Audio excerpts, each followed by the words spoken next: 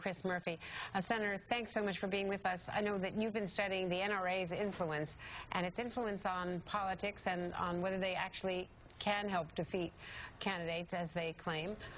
Tell us what you have found so far, because perhaps their power is larger than the reputation, or not as large as the reputation, I should say. Well, sure. First of all, those kids did just an amazing job last night. We're so proud of them back in Connecticut. I've spent, basically the last month and a half in Sandy Hook, and the spirit that community shows every day is, well, it inspires all of us. And it inspires me to try to make sure that people down here who want to do the right thing and pass common sense gun legislation have the opportunity to do it. And over the years, as you know, Andrea, a lot of folks who wanted to step up and renew the assault weapons ban or take on the issue of background checks didn't, because they thought there was a big political price to pay from the NRA. Well, what we've learned in taking a look at the results from the last several elections is that the NRA's political potency is really not all that it used to be. In fact, in 2012, in the 16 Senate races that they put money into, they lost 13 of them. In all of the states with a lot of NRA members that they tried to defeat President Obama in, like Florida and Pennsylvania and Ohio, they lost, and lost big.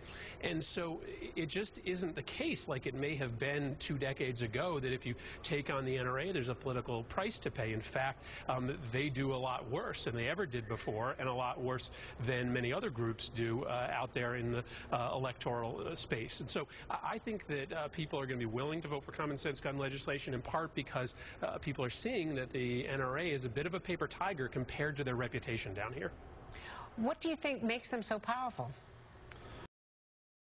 I think people remember 1994, and, they claim that they took out member after member who voted for the crime bill that year that included the assault weapons ban, when, in fact, if you go back and look at the 1994 elections, there were a million different factors that went into why so many Democrats lost. But for whatever reason, the political postscript on that year was that if you voted for the assault weapons ban, then you lost your seat in 1994. Probably wasn't true then, but it is kind of added to their legend. And when you look at the data, their success rate isn't there. They got a 1% return on their investment in elections this last time around. And when you add that on top of this kind of bizarre behavior that they've had since the Newtown shooting, whether it was the commercial they ran against President Obama featuring an attack on his kids, or their claim that we should have a list of everyone with mental illness in this country in order to stop gun violence, I think they have marginalized themselves much more than maybe people thought in this debate.